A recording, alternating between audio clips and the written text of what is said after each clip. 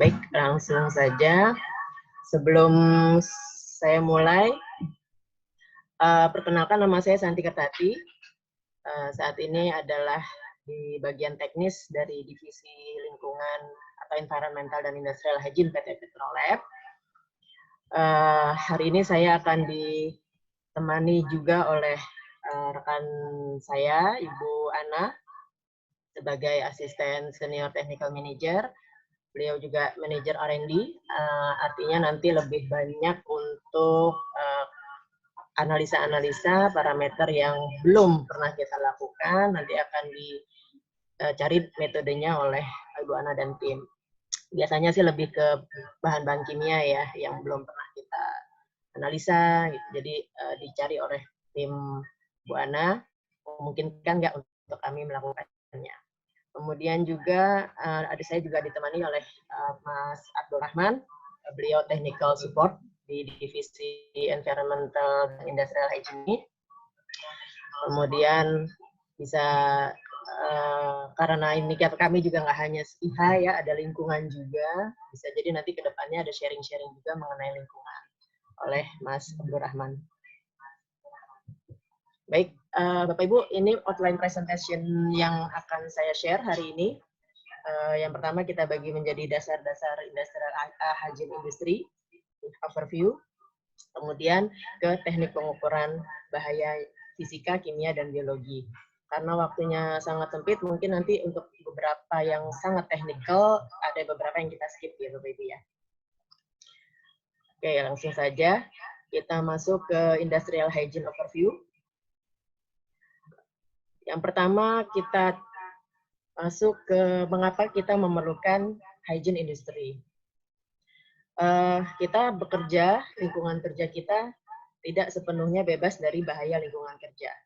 Bahkan misalnya ada satu mesin produksi pun pasti sudah ada bahaya kesehatan kerjanya. Kemudian ada bahaya kesehatan kerja, ada juga kemungkinan terjadinya penyakit akibat kerja. Dan dampaknya akan kepada si pekerja di perusahaan tersebut. Bayangkan ketika pekerja, apalagi dia memegang suatu proses penting gitu ya di suatu perusahaan tersebut, ternyata harus terkena penyakit akibat kerja, baik sementara atau bahkan mungkin selamanya karena penyakit akibat kerja, sehingga ada kerugian yang bisa ditimbulkan kepada perusahaan. Dan yang terpenting bahwa hygiene industri ini merupakan salah satu metode yang efektif untuk mengelola lingkungan kerja kita untuk meminimalisir penyakit akibat kerja tersebut. Nah, metode industrial hygiene itu seperti yang mungkin Bapak Ibu sudah sangat familiar ya, kalau sudah ada yang familiar, mencakup prinsip dasar yang kita kenal sebagai AREK, yaitu antisipasi, rekognisi, evaluasi, dan kontrol. Ya, di mana kegiatan antisipasi itu kita sudah mengestimasi dari awal nih sebelum bahayanya datang, misalnya mesinnya produksinya belum datang atau bahan kimianya belum datang, tapi secara jurnal, secara dari literatur kita sudah tahu bahwa ketika bahan kimia itu datang, potensi bahaya yang terjadi adalah ABCDE. Nah, kemudian ketika sudah memulai proses, dilakukan lagi kegiatan yang lebih detail, yaitu di bagian rekognisi ini, yaitu mengidentifikasi sumber bahayanya dari satu mesin produksi, misalnya apa aja nih mesin sumber bahayanya yang akan ditimbulkan dari satu proses tersebut. Setelah dibikin daftarnya, identifikasinya, lalu kita lakukan suatu evaluasi, yaitu kegiatan untuk mengukur atau kita bisa mendapatkan data secara kuantitatifnya, agar nanti bisa dibandingkan dengan nilai-nilai standar yang berlaku ya, sampai juga bisa menentukan tingkat risikonya. Dan terakhir, setelah mengetahui secara kuantitatif datanya, kita bisa melakukan pengendalian yang efektif, yang prioritas dari sumber bahaya tersebut. Nah, mungkin saya mulai masuk di tahapan rekognisi ya.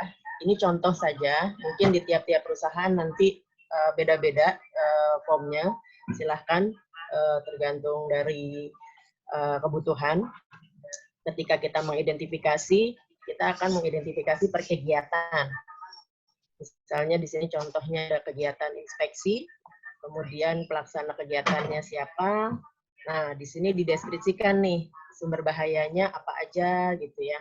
Mulai dari heat stress, bising, debu, dan sebagainya.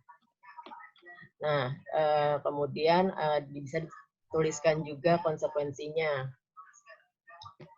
Gangguan penyakit akibat kerjanya apa. Seperti itu kira-kira. Nah, setelah dilakukan identifikasi ini, masuk ke tahap evaluasi. Tahap evaluasi itu ada yang namanya pemantauan awal, ya, artinya belum pernah dilakukan pemantauan sama sekali, sehingga biasanya dilakukan banyak sekali contoh-contoh sampel, contoh-contoh titik pengukuran yang diambil gitu ya sebagai baseline. Ketika nanti sudah tahu data baseline-nya, baru pada pengukuran berikutnya, monitoring berikutnya bisa mulai disortir mana yang kira-kira akan menjadi monitoring berkala. Ya, di mana pemantauan berkala itu dilakukannya minimal 1 tahun sekali. Ada juga pemantauan ulang. Pemantauan ulang ini dimaksudkan ketika ada pengukuran yang dilakukan baik oleh internal perusahaan maupun eksternal, seperti perusahaan seperti Petrolab ini ya. Ada yang masih meragukan gitu. Kita akan melakukan pemeriksaan atau pemantauan ulang. Ada juga yang disebut dengan pemantauan khusus. Ketika misalnya terjadi insiden, kita akan melakukan pengukuran di titik tersebut. Ini pemantauan ini ada di Permenaker 5 2019. Oke, berikutnya ini tujuan kita melakukan hygiene industry. Yang pertama pastinya kita ingin mengetahui tingkat pajanan bahaya yang kita dapat, yang ada di lingkungan kerja kita. Kemudian kita mengevaluasinya terhadap peraturan-peraturan yang berlaku. Dari situ juga kita bisa mengetahui tingkat risiko bahaya kerjanya, bahaya kesehatan kerjanya. Dari situ kita juga bisa melakukan program kerja industrial hygiene mengacu dari data-data yang sudah kita dapatkan dari hasil pemantauan tersebut. Dan utamanya ini tujuan praktis ya,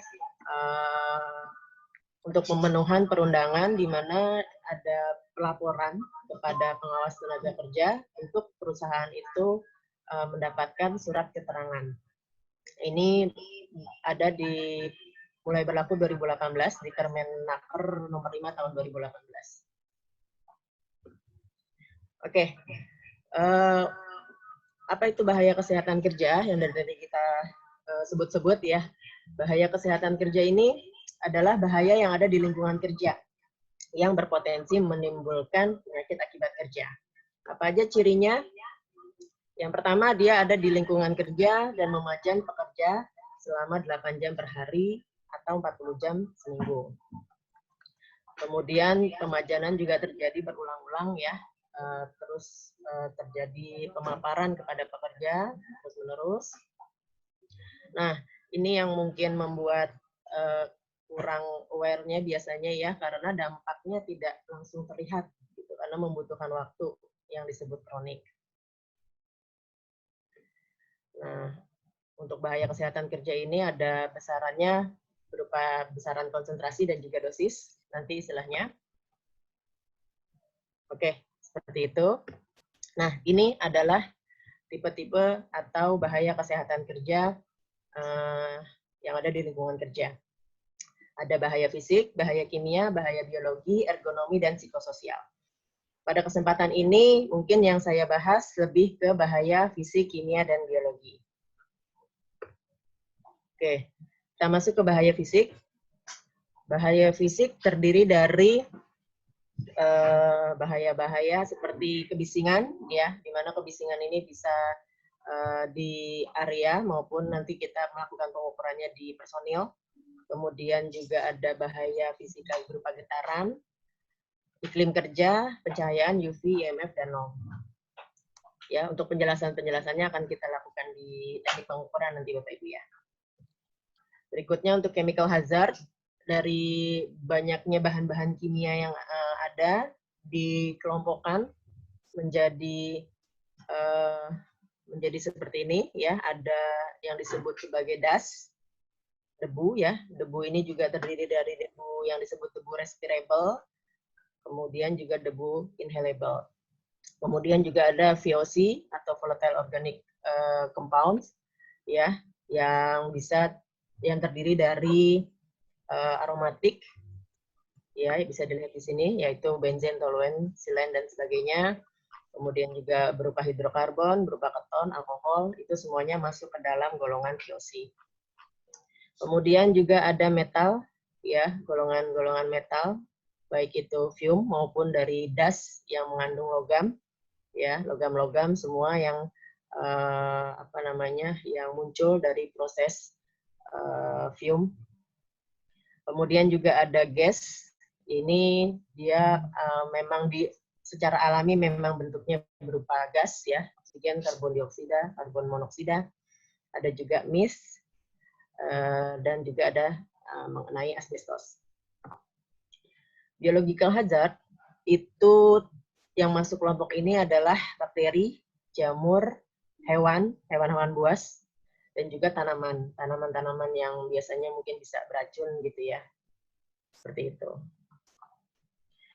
Nah, selain bahaya kesehatan kerja tadi, ada pemantauan IH yang juga kita lakukan ya, yang masih masuk ke dalam pemantauan IH, yaitu indoor air quality, biomonitoring, dan ke hygiene sanitasinya yaitu di water quality, yaitu drinking water dan clean water. Nah, masuk ke metode pengukurannya. Untuk melakukan metode pengukuran industrial hygiene, kami mengacu ke beberapa metode baku, antara lain Standar Nasional Indonesia, NIOSH, ataupun OSHA. Dari ketiga metode tersebut, tipe-tipe pengukurannya bisa dibagi menjadi ada yang direct. Pengukuran direct biasanya lebih ke pengukuran fisik, bahaya fisik, kemudian ada juga yang nanti indirect, biasanya dia lebih ke yang bahaya kimia dan biologi. Nah, untuk yang indirect sendiri atau yang tidak langsung sendiri, nanti ada yang namanya pengukuran aktif dan juga pengukuran pasif, ya, di mana nanti perbedaannya adalah penggunaan pompa. Seperti itu, kita akan lihat nanti di teknik pengukuran. Nah, untuk melakukan pengukuran berdasarkan tempat pengambilan sampelnya, kita bisa lakukan di area. Di area di lingkungan kerjanya tersebut ya, secara stationary. Namun kita juga bisa melakukannya di pekerjanya, di personilnya. Seperti itu, dengan menempatkan peralatan sampling kita di pekerja tersebut. Kalau untuk kita kepentingannya tadi misalnya kebisingan, kita letakkannya di area hearing zone si pekerja. Kemudian kalau untuk yang kepentingannya yang bahan-bahan kimia, kita bisa letakkannya juga di area breathing zone. Nah, untuk waktu pengukurannya sendiri, ada beberapa waktu yang bisa kita lakukan, mulai dari full period, contohnya ini nanti ketika kita melakukan kebisingan personal, secara teknis kita bisa lakukan secara full, 8 jam, 6 sampai 8 jam ya, tidak perlu ada ini di stop atau diganti. Namun ada juga yang secara full period single sample ini dilakukan biasanya untuk pengukuran bahan-bahan kimia ya yang di mana medianya itu terdapat suatu kejenuhan kalau misalnya tidak kita lakukan penggantian, sehingga tidak dilakukan secara full, tapi kita bisa lakukan suatu pergantian sehingga tidak full tadi itu ya, tidak full pengukurannya karena ada suatu jeda untuk kita mengganti media tersebut. Kemudian untuk partial period itu di mana kita tidak benar-benar 8 jam ya, mungkin biasanya di lapangan memang secara pekerjaan mereka memang bekerjanya memang hanya 4 jam atau 6 jam ya, kita ambilnya memang sesuai dengan berapa lama sih bahaya itu memajan si pekerja. Kemudian juga ada random atau grab sampling. Ini biasanya kita ambil untuk yang di area-area ya, gitu, dengan asumsi memang kita sumber bahayanya itu homogen, gitu. Jadi kita bisa random sampling. Nah, setelah mengetahui atau setelah melakukan pengukuran, kita dapatkan datanya, kita akan membandingkannya dengan yang disebut nilai ambang batas.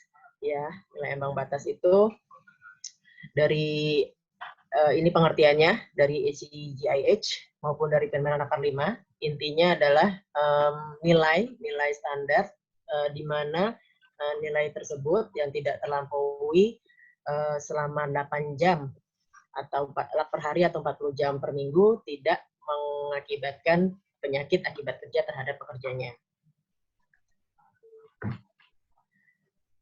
Untuk penggolongan NAB sendiri terdiri dari yang disebut di sini istilahnya ada TWA, STEL, dan SELING. Di mana TWA itu adalah untuk pekerjaan yang 8 jam kerja, sedangkan kalau STEL adalah itu periode singkat aja ya, dan di sini di state tidak lebih dari 15 menit. Short term exposure limit. Di sini hanya 15 menit, misalnya contoh misalnya si pekerjanya mengambil atau mengukur volume di tangki gitu ya, dia kan tidak 8 jam berada di situ, tapi mungkin sekitar 15 menit, nah itu kita bisa lakukan pengukuran STEL tersebut.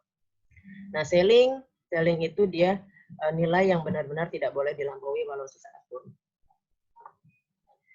Nah, ini nilai untuk acuan nilai ambang batasnya atau nilai standarnya yang kami atau yang biasa kita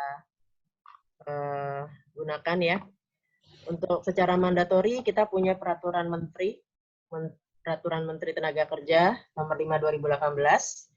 Kemudian juga peraturan Menteri Kesehatan nomor 70 tahun 2016. Keduanya itu mengatur mengenai standar dan NAB ya, NAB di lingkungan kerja, di site gitu ya utamanya.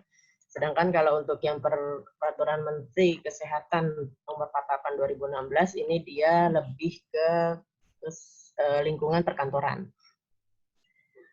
Nah, untuk yang 492 dan 32 2017 ini tadi yang mengatur mengenai kualitas air yang ada di tempat kerja kita juga ya, air minum, air bersih gitu ya. Dan kita juga menggunakan yang voluntary di sini yang tadi sudah kita ada di slide sebelumnya, namanya ACGIH atau kita biasanya ACGIH gitu ya. ACGIH 2000 yang terbaru kita masih ada 2019. Oke, dari tahapan tadi setelah kita melakukan evaluasi, mengevaluasinya dengan NAB, nah ini adalah hierarki kita melakukan pengendaliannya.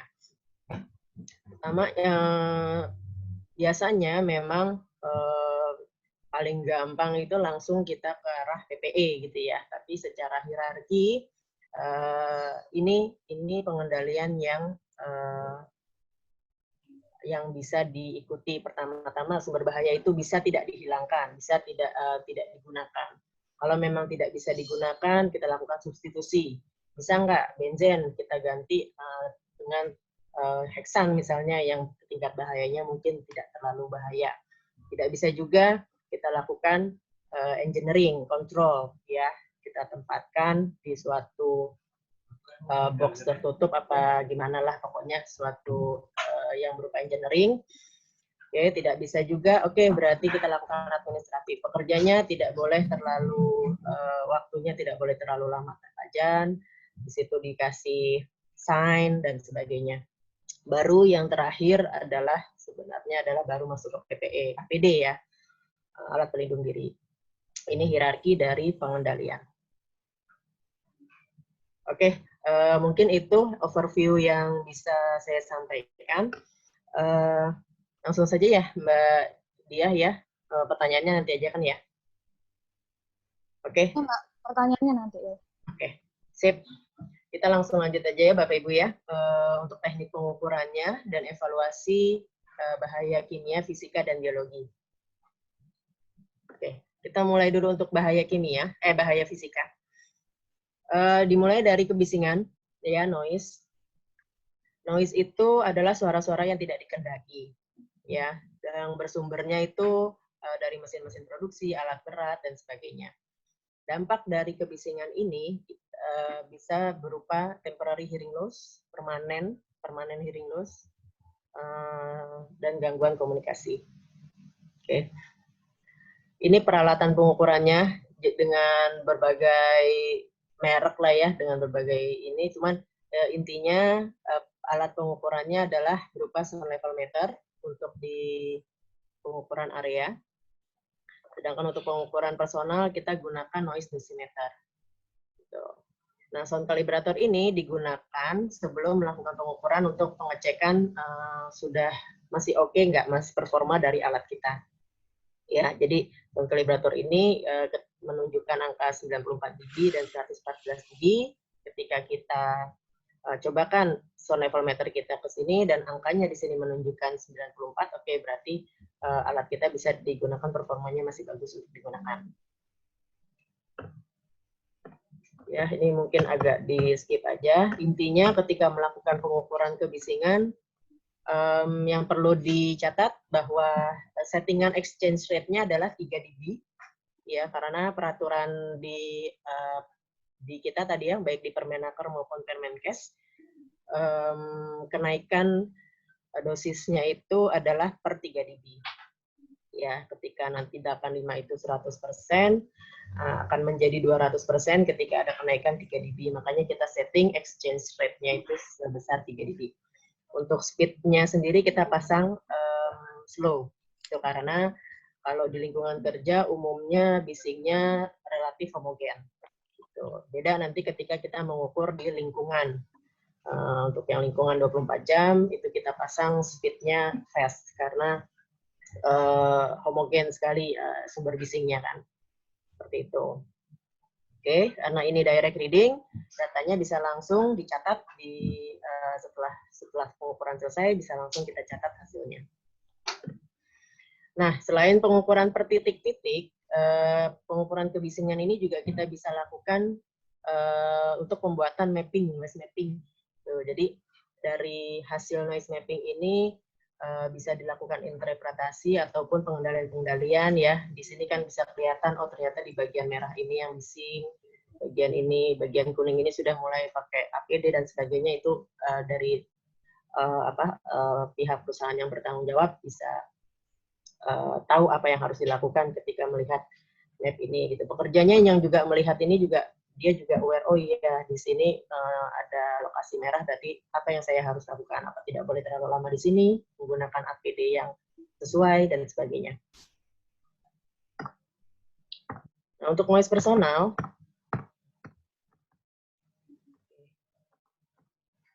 untuk noise personal kita pasangkan di pekerjanya, ya, mic-nya dipasangkan di hearing zone, ya, kemudian kita pasangkan atau kita ukur sepanjang si pekerja tersebut bekerja selama satu shift pekerjanya antara 6 sampai 8 jam.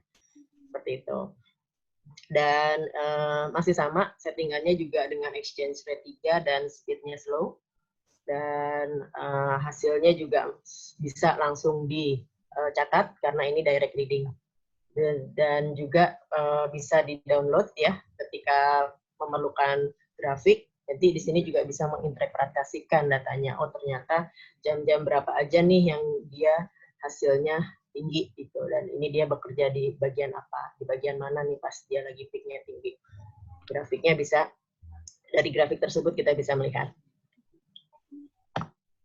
Kemudian ini untuk NAB-nya, NAB kebisingan berdasarkan Permenaker 5/2018 ya, untuk 8 jam kerja adalah 85 dB. Untuk personil kita biasanya mainnya sebagai dosis ya, di mana disebut melewati dari TLV ketika dosisnya sudah 100%, yaitu yang 85 tadi.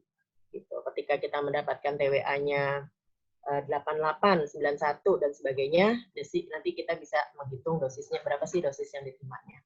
Seperti itu. Nah, ini untuk pengendalian tadi setelah hierarki, setelah melakukan hierarki terus sampai ke APD ya. Ini APD untuk kebisingan, yaitu earplug dan earmuff. Jadi di sini kita bisa menentukan ketika hasil pengukurannya adalah sebesar berapa dB dapatnya, ya kita bisa mengetahui harus menyediakan NRR earplug dengan NRR berapa. Seperti itu. Ketika hasil di areanya ternyata tidak mencakupi untuk NRR earplug yang tertinggi, berarti harus ditambah lagi dengan earmuff. Ya, ini rumusnya di mana NRR earplug ini dikurangi nilai 7, kemudian dikurangi setengahnya agar mendapatkan nilai yang NAB-nya ya, NAB-nya kan 85. Seperti itu. Cuman penggunaan earplug itu dia hanya mengurangi 5 desibel saja dari hasil terakhir yang penggunaan earmuff hanya mengurangi 5 dB saja dari tadi hasil terakhir setelah menggunakan earplug. Oke, selanjutnya untuk getaran, bahaya fisika berikutnya, getaran ya. Getaran ini ada 2 jenis, ada getaran lengan, getaran tangan dan lengan, juga getaran tubuh, getaran seluruh tubuh. Ya, contohnya kalau misalnya kita menggunakan gerinda, jackhammer, ya itu yang terpajan adalah bagian lengan kita. Sedangkan kalau untuk getaran yang terpajan untuk seluruh tubuh, sumber bahayanya itu umumnya dari kendaraan besar ya, dan truk dan sebagainya. Dampak dari vibration ini diantaranya ada white finger, jadi putih gitu ya ujung-ujung jarinya, sampai ke low back pain kalau untuk yang full body vibration-nya. Nah ini alatnya, prinsipnya adalah sensor untuk getaran seluruh tubuh, dan ini sensor untuk tangannya, seperti itu. Oke. Nah, jadi posisinya adalah sensor diletakkan atau dikaitkan di bagian lengan dari si pekerja, kemudian pekerjaan yang membuat terpajan getaran tangan ya, dan karena masih direct reading juga ini nanti hasilnya bisa langsung dibaca. Nah ini kalau untuk yang full body vibration ya, di mana sensornya nanti akan didudukkan oleh si pekerja yang kita sampling tersebut. Ya, ditaruh di tempat duduknya si pekerja, didudukin, kemudian unitnya jalan, nanti akan kita dapatkan hasil pengukurannya. Oke. Nah ini NAB-nya dari Permenaker ya. Saya tampilkan juga Permenkes 70-nya. Perbedaannya di durasi ya, kalau Permenkes dia langsung step 8, 4, 2, 1 gitu ya. Kalau di Permenaker dia ada range-nya di sini 6 sampai 8, 4 sampai 6. Tapi secara nilai tidak ada perbedaan sih. Seperti itu. Untuk getaran seluruh tubuh juga sama persis ya, tidak ada perbedaan antara Permenaker 5 dan Permenkes 7. Untuk 8 jam di sini ada NAB-nya adalah 0,8661. Selanjutnya untuk heat stress atau iklim kerja, bahaya fisika selanjutnya. Ini adalah berupa panas yang dihasilkan baik itu dari mesin-mesin produksi, dari sinar matahari ya ketika si pekerja tersebut bekerja di outdoor. Dampaknya bisa akan terjadi dehidrasi, mungkin yang paling ringan itu dehidrasi, sampai ke yang paling berat itu nanti heat stroke. Nah ini alatnya, alat yang digunakan. Ini untuk di area, sedangkan yang ini untuk di personal. Secara prinsip, pengukuran iklim kerja adalah termometer, 3 jenis termometer ini ya. Ada termometer radiasi, termometer basah, dan termometer kering. Nanti ketiganya akan dihitung oleh alat ini menjadi satu nilai yang disebut WBGT, Wet Bulb Globe Temperature. Nilai itu yang akan jadi data untuk kita untuk dibandingkan dengan NAB-nya. Oke. Selain dari suhu tadi yang kita dapatkan, untuk iklim kerja ini juga untuk iklim kerja ini juga dipengaruhi oleh beban kerja dari si pekerja tersebut. Baik di Permenaker, pedoman teknisnya, maupun di Permenkes, kita sudah dikasih contoh-contohnya beban kerja, ya tinggal kita bisa cek aja kira-kira pekerjaan mana yang masuk gitu ya untuk si pekerja tersebut. Ketika mengoperasikan traktor, berarti dia termasuk beban kerja sedang dan sebagainya. Nah, dari data suhu dan beban kerja yang kita dapatkan, kita bisa lihat di sini. Nah, pengaturan waktu kerja sendiri adalah, jadi dalam bekerja itu selama 8 jam, kalau di sini dia, kalau di Permenaker 5 ini dia bilangnya setiap jam ya, sedangkan kalau Permenkes 70 ini sih dia cuman bilang alokasi waktu kerja dan istirahat. Kalau setiap jam, artinya selama 60 menit si pekerja itu bekerja terus selama 45 menit sampai 60 menit tanpa henti. Gitu. Kalau misalnya untuk 50 sampai 75, artinya dia dalam 60 menit itu 30 menit bekerja, 30 menitnya istirahat, seperti itu misalnya. Oke. Dan ketika pekerjaannya di 75-100% ini, dan dia termasuk di beban kerja sedang, hasil pengukuran kita misalnya adalah 30 misalnya ya. Nah, berarti itu kita sudah melewati dari NAB-nya. Seperti itu. Oke, next physical hazard berikutnya adalah untuk pencahayaan. Ya, dampak dari pencahayaan yang kurang ini bisa terjadi yang namanya astenopia.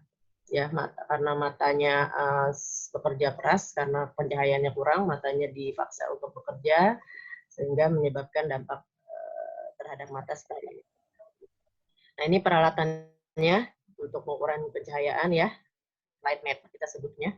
Ada 2 jenis, ada yang sensornya gabung dengan displaynya, ada juga yang sensornya bisa dihubungkan dengan kabel.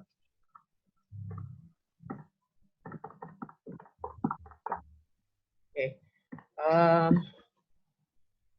Untuk teknik pengukurannya sendiri, kita ada di SNI yang terbaru ya 2019 pencahayaan, ada di state di situ sebagai pencahayaan umum dan pencahayaan setempat. Ya, kita lihat. Ini 2019 ini update dari 2004.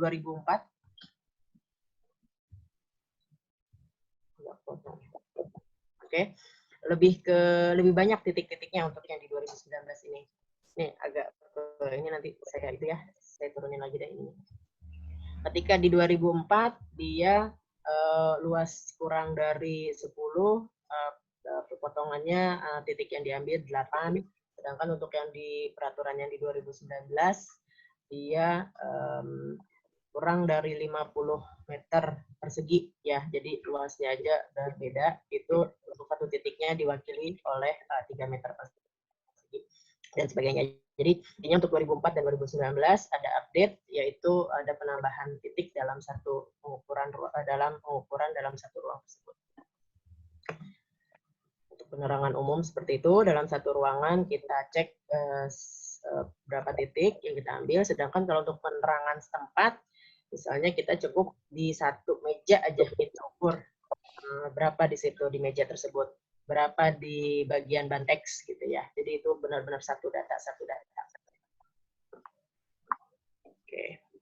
Nah, ini standarnya ya, kita tidak menyebut NAB untuk pencahayaan. Standar pencahayaan untuk Permenaker 5 2018 ya, mulai dari yang intensitas terkecil sampai pekerjaan office ya, di mana harus minimal 300.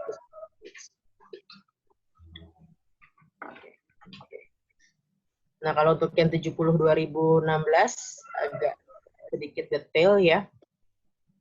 Di sini untuk area umum dan di gedung industri ada agak lebih detail dibanding tadi yang Permenaker 5. Dan di 70 sendiri juga ada yang per industri, cuman saya nggak bisa tampilkan di sini karena terlalu banyak. Jadi saya ambil yang untuk umum, untuk area umumnya dulu. Oke, berikutnya untuk yang ultraviolet, pajanan bahaya radiasi ultraviolet, ya. Ini umumnya sumbernya biasanya kalau ada pekerjaan pengerasan ya di workshop biasanya yang kita suka ukur. Ya, ini alatnya UV meter, direct juga, ya. Secara SNI kita diminta untuk melakukan pengukuran di 3 titik, yaitu mata untuk satu pekerja ya, yaitu di mata, siku, dan di betis. Seperti itu. Jadi nanti kita dapatkan tiga titik pengukuran dalam satu pekerja. Bisa kita langsung rata-ratakan, bisa juga kita per titik itu di rata-rata, misalnya mata sendiri berapa, betis sendiri berapa, siku sendiri berapa, untuk nanti dibandingkan dengan NAB-nya yang seperti terlampir ini, yaitu ketika bekerjanya 8 jam, maka NAB-nya adalah sebesar 0,00001 miliwatt per sentimeter persegi. Nah, untuk pengukurannya sendiri bisa dilakukan di dalam dari si APD yang ada pekerja ini gunakan ya. Jadi kita bisa mengetahui keefektifan dari APD yang digunakan si pekerja ini. Ketika di dalam APD kita ukur, oh ternyata memang sudah 0, oke, berarti APD ini sudah cukup efektif digunakan ketika melakukan pekerjaan pengelasan misalnya. Oke, yang berikutnya untuk pajanan fisik ada electromagnetic field di sini. Ya, ini alatnya medan magnetostatis ya untuk ELF meter, di mana biasanya kita melakukan pengukurannya di suatu panel-panel, ya. Karena direct reading juga, jadi bisa langsung dilihat di display berapa nilainya. Oke, kita best practice kita lakukan di 3 titik pengukuran ya. Kalau panel itu ada di bagian atas, bagian tengah, dan di bagian bawah dari sumber. Gitu. Nah, ini NAB-nya. Ketika di tempat kerja umum tidak melebihi dari 2 Tesla. Oke, itu untuk bahaya fisik. Mungkin kita sekarang masuk ke bahaya kimia. Bahaya kimia yang pertama adalah debu. Debu ini ada 3 golongan ya, yang ada 3 penggolongan dari debu. Yang pertama inhalable, thoracic, dan respirable. Pembedanya itu adalah cutting off dari diameter si debu tersebut, di mana inhalable cutting off-nya di 100 mikron ya, atau biasanya juga kita bilangnya ini total ya, di NIES juga disebut istilahnya total atau inhalable nih. Kemudian thoracic di cutting off-nya 10 mikron, dan untuk respirable cutting off-nya di 4 mikron. Seperti itu. Dan karena yang terkecil, ini yang terbahaya ya, karena bisa langsung masuk ke alveoli. Seperti itu. Nah, ini peralatan pengukuran debunya. Ya, yang pertama ini untuk direct reading yang di area. Kemudian kalau untuk di personil, ini kita menggunakan yang namanya cyclone. Ya, dan tadi untuk total kita bisa gunakan yang namanya IOM. Ya, atau bisa langsung dengan menggunakan kaset ini tanpa menggunakan cyclone-nya. Untuk pengukuran di area, ya, kita gunakan tadi direct reading. Ketika memerlukan data sebagai inhalable atau total, ya, berarti kita harus memilih impactornya juga harus yang untuk yang total. Sedangkan kalau misalnya dibutuhkan datanya respirable, berarti kita akan, berhubung untuk yang direct reading ini hanya ada impactor 2,5, 10, ya, jadi, dan total, jadi untuk yang respirable, kita masukkan dia di impactor yang 10 mikron, jadi atau 10 PM10 gitu ya, kita sebutnya, atau respirable. Seperti itu.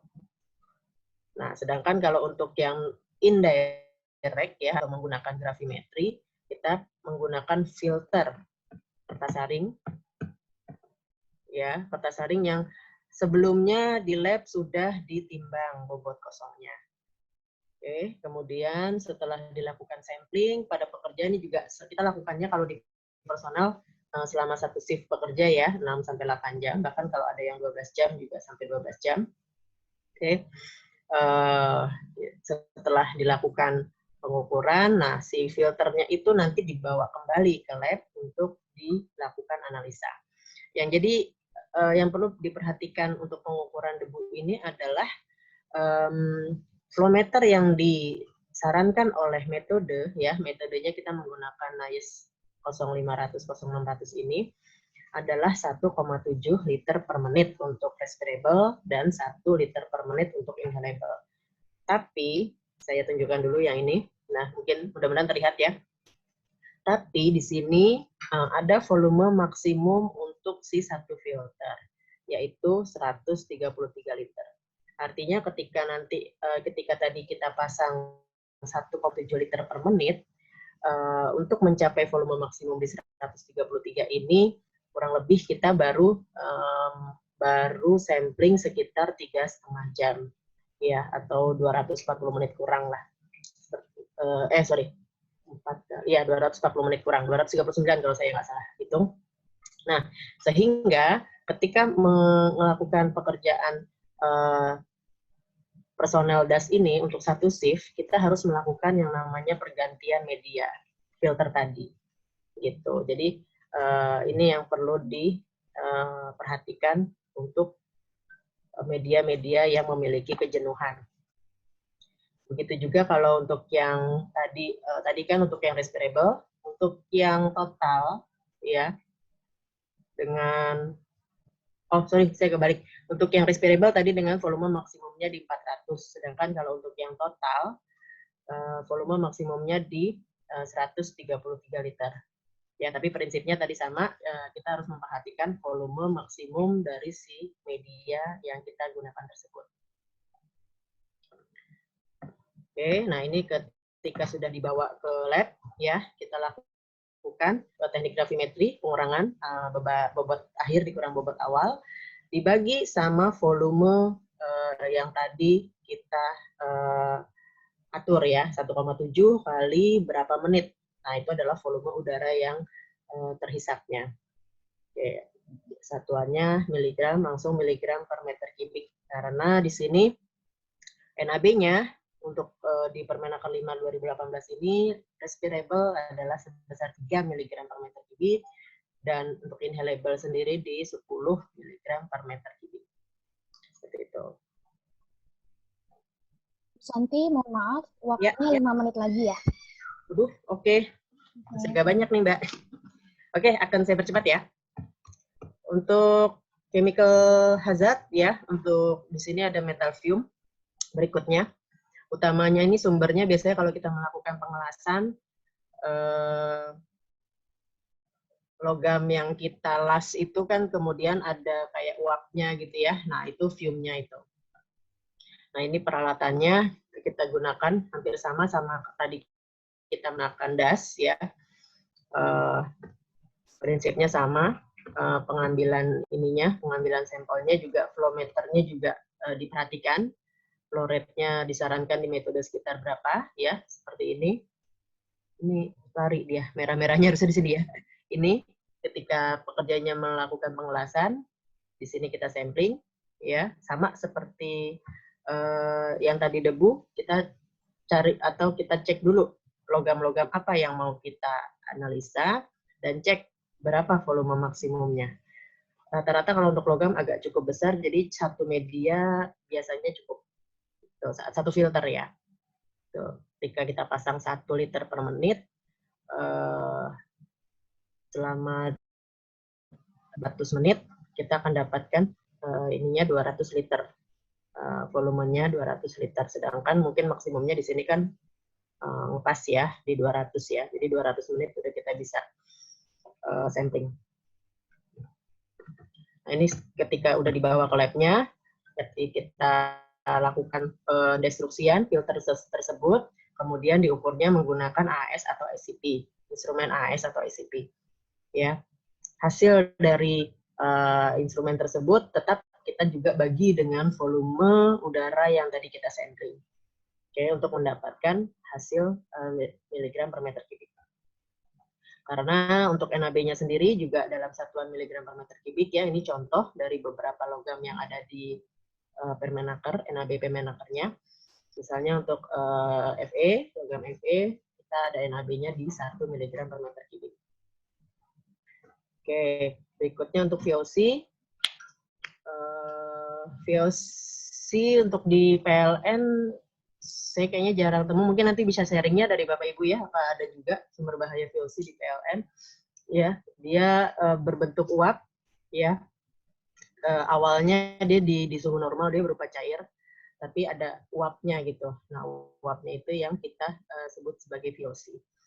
Dampaknya yang paling bahaya, yang sudah confirm karsinogen itu adalah bensin, ya.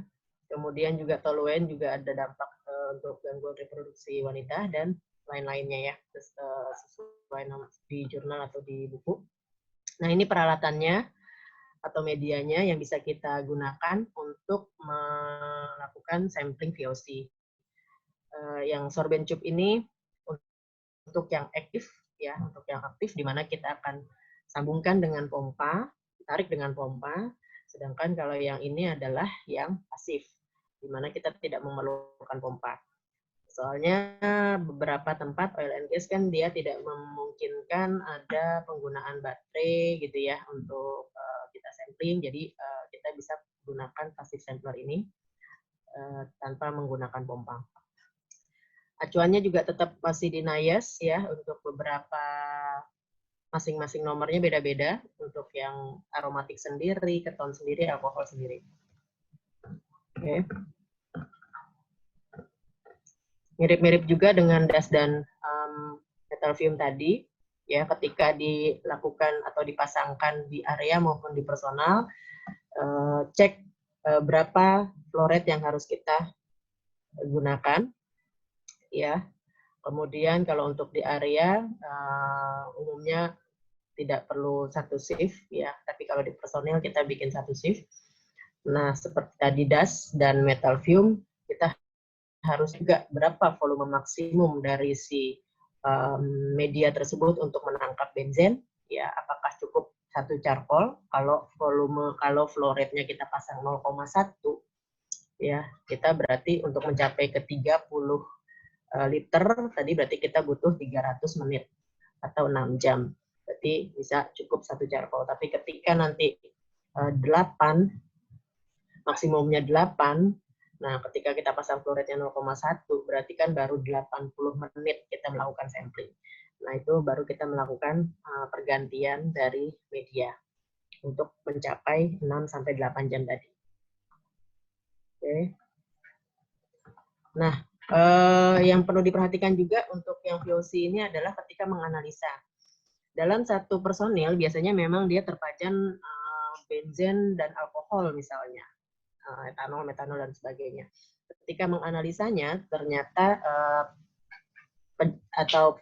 pelarut yang digunakannya berbeda nih. Yang satu misalnya untuk yang aromatik, kita membutuhkan pendesopsinya adalah karbon disulfid, sedangkan kalau untuk alkohol kita membutuhkan 2-butanol dalam karbon disulfid. Artinya ketika sampling si pekerja tersebut membutuhkan 2 pajanan, artinya kita membutuhkan 2 media yang berbeda. Satu media nanti dipergunakan untuk yang aromatik, satu media yang dipergunakan untuk yang analisa alkohol.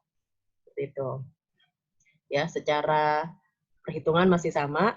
Yang didapat dari instrumen yang kita gunakan adalah gas kromatografi, ya, hasil yang didapat dari atau GC.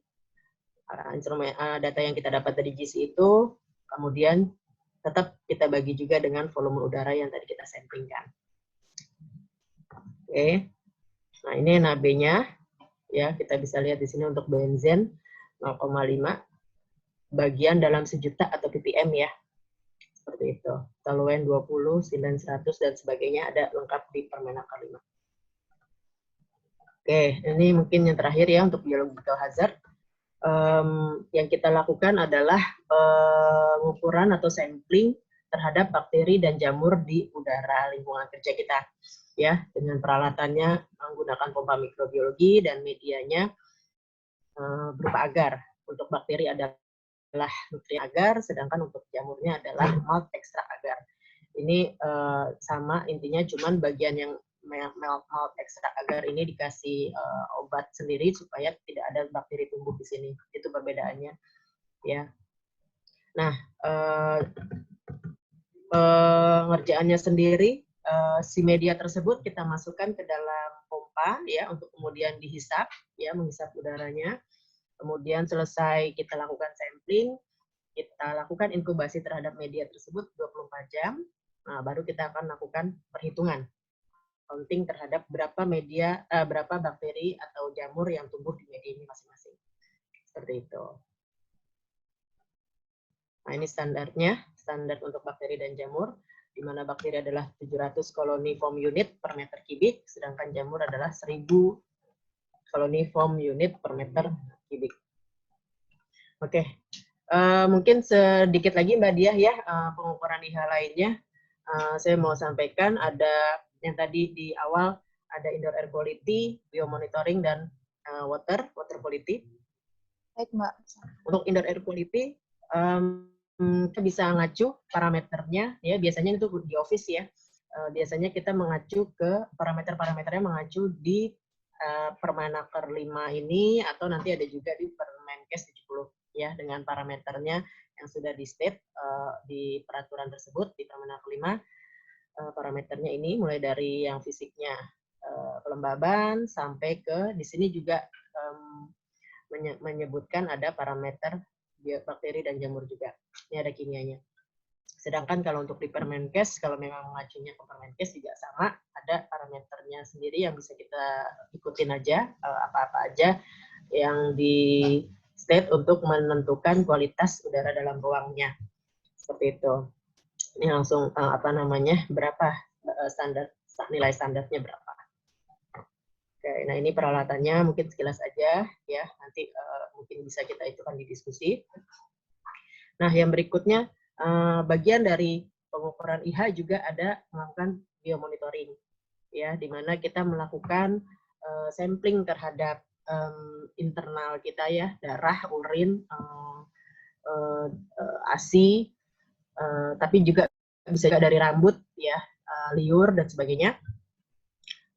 Biasanya ini digunakan kalau memang misalnya pekerjaannya sudah confirm dia menggunakan sumber bahaya tersebut, misalnya ya kayak di perusahaan baterai gitu ya, memang di sumbernya ada PB di situ.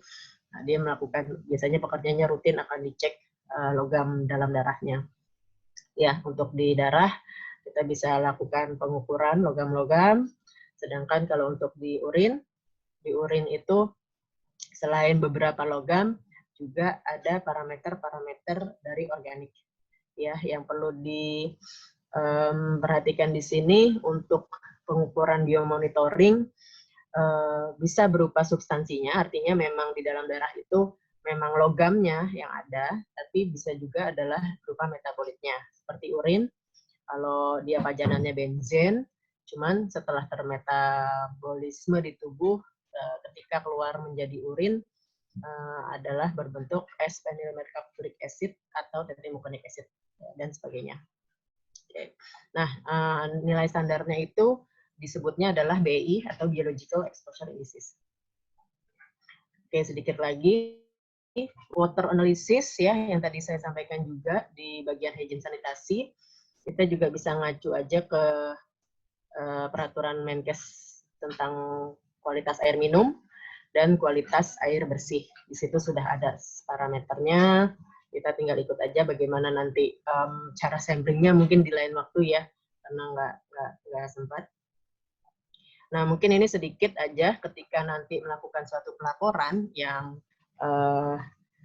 sudah oleh Naker sudah diwajibkan mungkin ya, sudah diminta bahwa perusahaan minimal 1 tahun sekali melakukan pengujian, pengukuran, kemudian melakukan pelaporan ke dinas setempat.